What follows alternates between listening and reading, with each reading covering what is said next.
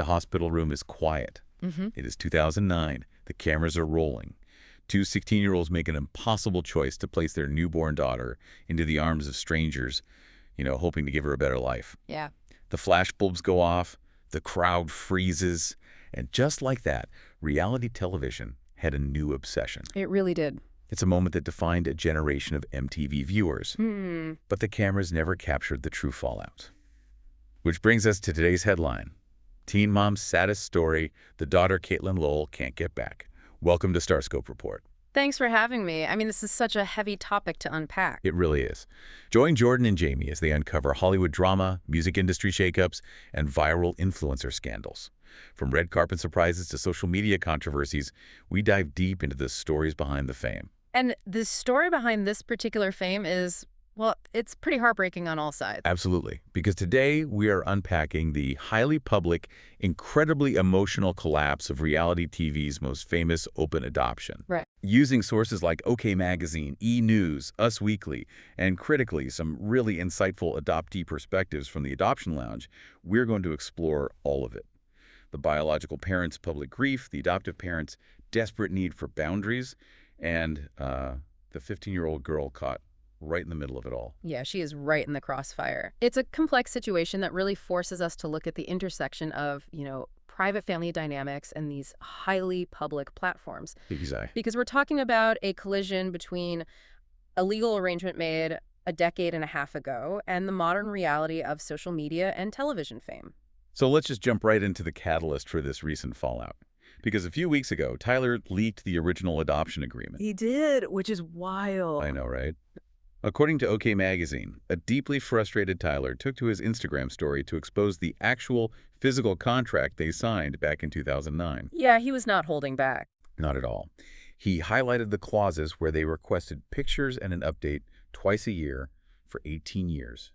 And he actually put this heavy black box around the phrase annual visits with the child and the adoptive family. He claimed he was sharing the, quote, unbiased blind truth to counter all the hate they receive online, basically arguing that facts simply aren't subjective. Well, to really grasp the weight of why a 33-year-old man is posting a 15-year-old document on Instagram, we have to kind of rewind. Right. Back to 2009. Exactly. We have to look at the legal and psychological mechanisms of what happened back then on 16 and Pregnant. Because as viewers, we all remember the absolute chaos of that household. Oh, yeah. Tyler's dad, Butch, and Catelynn's mom, April, had actually married each other. Right. They were teenagers trying to escape a profoundly unstable environment. So they entered into what was understood to be a 5-year open adoption agreement with the adoptive parents, Brandon and Teresa Davis. And as you're listening to this, you might be thinking, well, a contract is a contract. Yeah, that's what a lot of people assume. But I want to push back on the very premise here. Yeah. Because, is signing an open adoption agreement while actively starring on a massive television show essentially like trying to build a stable house on a fault line? That is a great way to put it. Like, how could Brandon and Teresa, or even Tyler and Catelynn for that matter, ever predict the level of fame they would achieve? You just can't put reality TV superstardom into a standard legal contract. I see where you're going with the fault line analogy, but let's look at the actual legal framework of open adoptions, because it's even more precarious than that. Wait, really? How so? Well, an open adoption contract isn't actually a concrete foundation to begin with. In many states, what they signed is known as a post-adoption contact agreement. Okay. And historically, these are heavily reliant on just the goodwill of the adoptive parents. Once the adoption decree is finalized by a judge, Brandon and Teresa have total constitutional legal authority over how they raise that child. Which includes deciding who she interacts with. Precisely. They hold all the cards legally. So, Tyler posting this contract on Instagram, it's not a legal flex at all. It's like a psychological one. Exactly. It is a raw display of powerlessness. He is reaching back to a piece of paper signed over a decade ago to validate his current pain. Wow. He's clinging to a moral agreement because the legal one doesn't actually give him the leverage he wishes it did. He feels entirely sidelined, and the only tool he has left is his social media platform. And the human cost of this realization is just staggering. You have to look at the psychological toll on Catelynn. It's been so hard on her. She recently spoke to People magazine about suffering severe, quote, adoption PTSD. She talked about going down major black holes of anxiety and sadness over this. Yeah, she's very vulnerable about it. She was. She pointed out that adoption isn't just cupcakes and rainbows, and she explicitly stated that she wishes she had known the statistics of adoption trauma back when she was 16. That is such a crucial piece of the puzzle. Because in 2009, the narrative around open adoption was largely sold to these girls as a win-win. Right, like you give your child a better life, but you don't really lose them because you got updates. Exactly. But what psychological research now shows is that open adoption can sometimes create this state of ambiguous loss. Ambiguous loss. That makes a lot of sense. Yeah, the biological parents are grieving the loss of a child who is still alive, still growing, and occasionally still visible to them. Oh, man. And for Catelynn and Tyler, I mean, they had to process that ambiguous loss while MTV cameras filmed their every single tear, every reunion, every update. It just reset the healing process over and over. But then you look at the other side of this dynamic, right?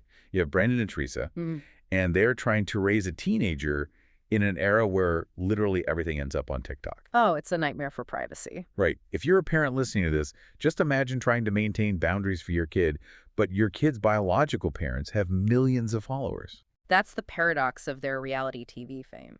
The very platform MTV gave Catelynn and Tyler, which, eventually provided them with incredible wealth and stability to raise their subsequent children, is the exact mechanism that has alienated them from their first child. Right.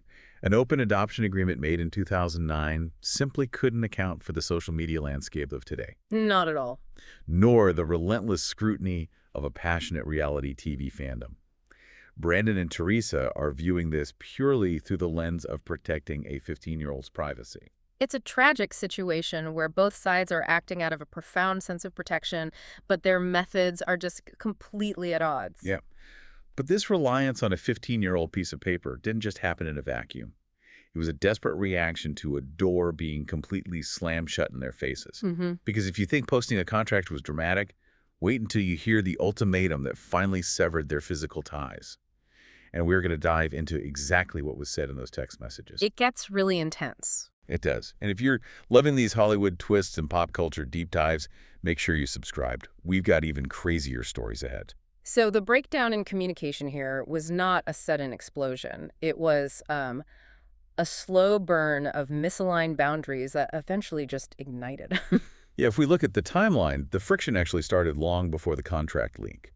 According to Cafe Mom and OK Magazine, Catelynn admitted that she sent a message to Teresa stating that their relationship, quote, doesn't feel like love sometimes. Yeah. She thought she was just being honest about her feelings, trying to clear the air. But when you are dealing with a fractured relationship that is already under a microscope, raw honesty via text message rarely translates well. Never. It never works out. Right. And Teresa responded by withholding photos from Carly's recent birthday. And the situation reached a total boiling point on a recent episode of Teen Mom, the next chapter. Yeah, that scene was hard to watch. Catelynn and Tyler discovered that they haven't just been ignored. Their text messages are turning green. The dreaded green bubble. Exactly. They've been completely blocked by Teresa. And we find out exactly why during a conversation Catelynn has with her co-stars.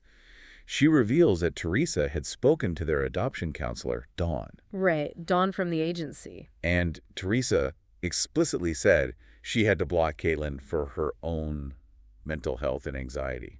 The invocation of mental health here is really significant. It shows that Teresa isn't framing this as a punishment for Catelynn.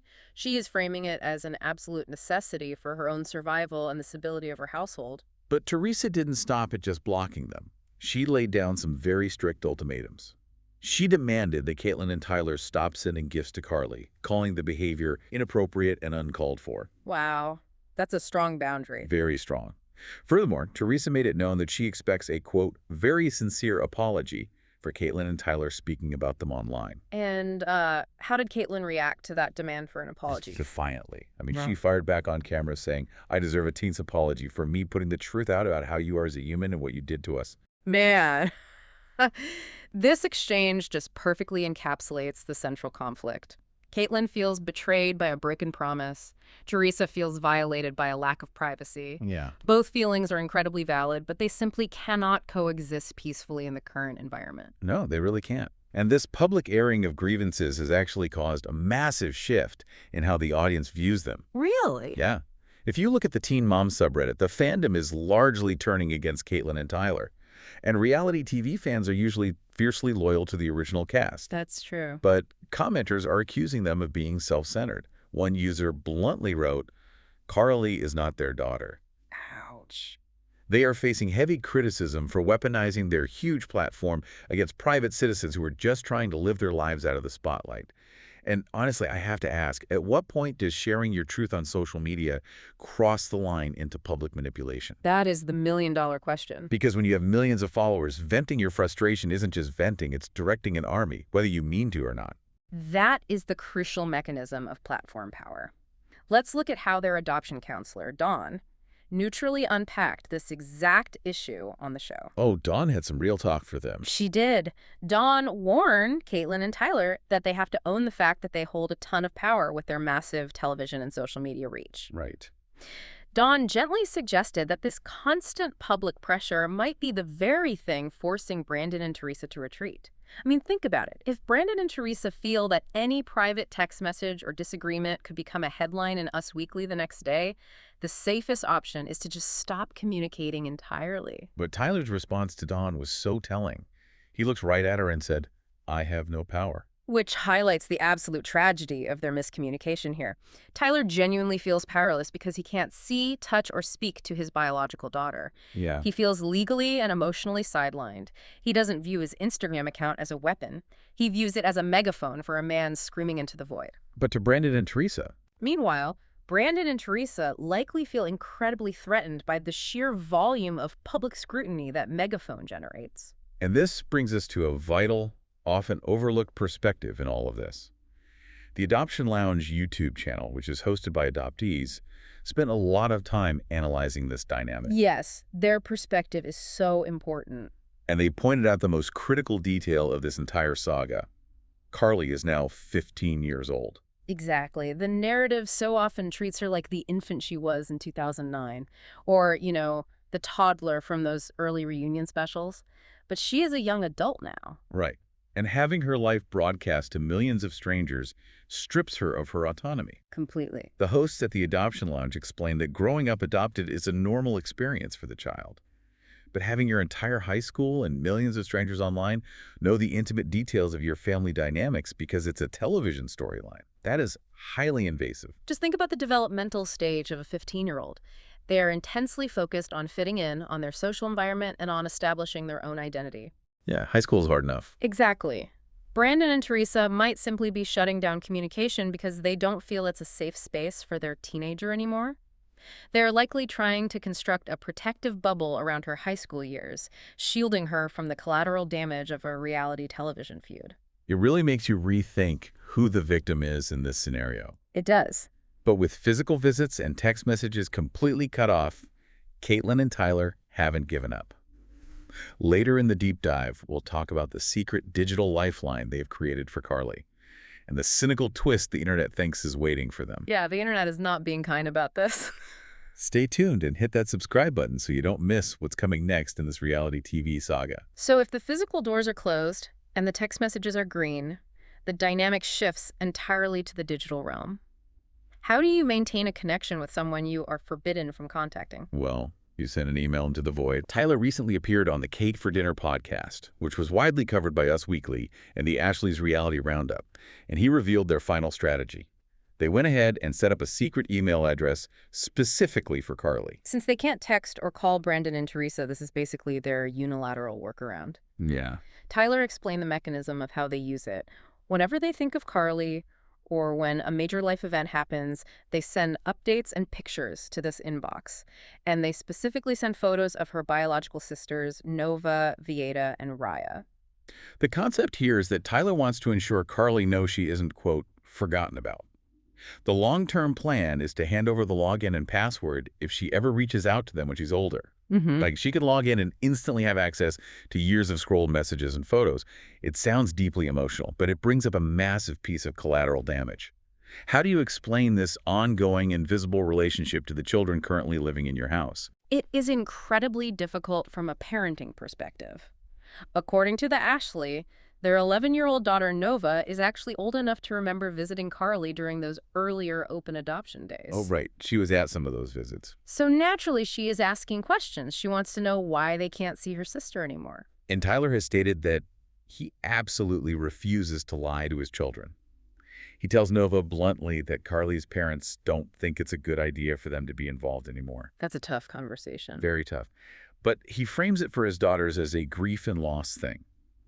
He acknowledges to them that it's okay to be sad, but he constantly tries to remind them that Carly has a great life and has everything they ever wanted for her.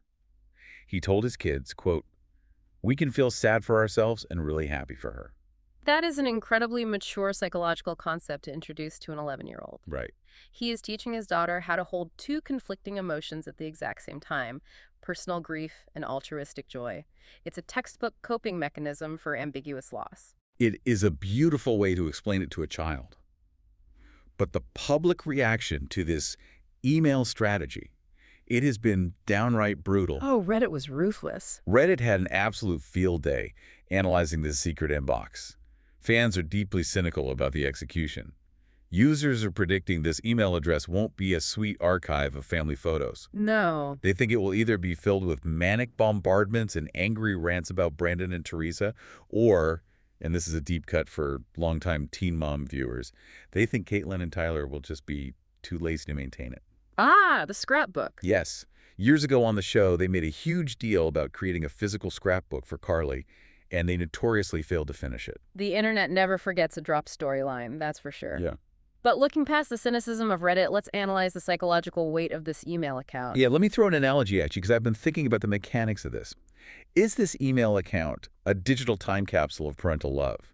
Or is it more like a one-way mirror? Oh, that's interesting. Right. Tyler and Catelynn are pouring all their grief, their updates, and their longing into this inbox. But they have absolutely no idea what it will look like from the other side when an 18-year-old Carly finally looks through the glass. Yeah. If she opens it and finds years of resentment toward the only parents she's ever known, it could shatter any chance of a future relationship. That one-way mirror analogy is perfect because they're curating an emotional museum without knowing if the patron even wants to visit. Exactly. But if we connect this to the bigger picture, the success of that eventual interaction all hinges on Tyler's emotional growth. And there is evidence of some surprising, profound acceptance on his part. Really? How so? Well, on that same podcast, Tyler stated that when Carly turns 18, she might reach out, but she might not even like them. And he said, quote, "That's fine." Wow. After all this public fighting, to hear him say that's fine is a massive shift. It is a profound shift. He acknowledged that as an adoptee who didn't consent to any of this public exposure, she is owed answers. But he went even further. What else did he say? He said his only job, if she comes to them one day, will be to bow his head, fold his hands behind his back, and say, "I'm sorry, I love you," regardless of what she has to say. He recognizes that he will have to absorb her anger without defending himself. He just has to take it. Yes. It shows immense emotional growth and a deep, nuanced understanding of adoptee trauma. Yet, it creates this fascinating paradox. Yeah. He understands with crystal clarity that he must be entirely submissive to her needs when she turns 18. But today, at 33, he cannot stop fighting her parents in the press. He knows how to handle the future, but he's completely mishandling the present. It really is a fascinating paradox. You have two people who desperately want to prove their love, but the very methods they are using to scream that love to the world are the exact mechanisms pushing their daughter further away. Yeah, it's so sad. And it really makes you think about the digital footprint we all leave behind. It's an inescapable reality for a child born on television. Which brings us to a lingering question for you to mull over as we wrap up. Think about it. When Carly turns 18, she won't just inherit a secret email inbox. No, she won't. She will inherit 15 years of television episodes, thousands of magazine articles, and endless Reddit threads documenting every flaw, every fight, and every tear shed over her existence. In an age where the internet is forever and every text message can become a headline, is it ever really possible to have a closed adoption? That is a powerful mechanism to consider. The legal paperwork might say the adoption is closed, but the digital archive is wide open, and it always will be. You've been listening to Starscope Report, where Jordan and Jamie uncover the stories shaping Hollywood, music, and pop culture. Thanks for tuning in, and don't forget to subscribe for more stories that keep the stars shining.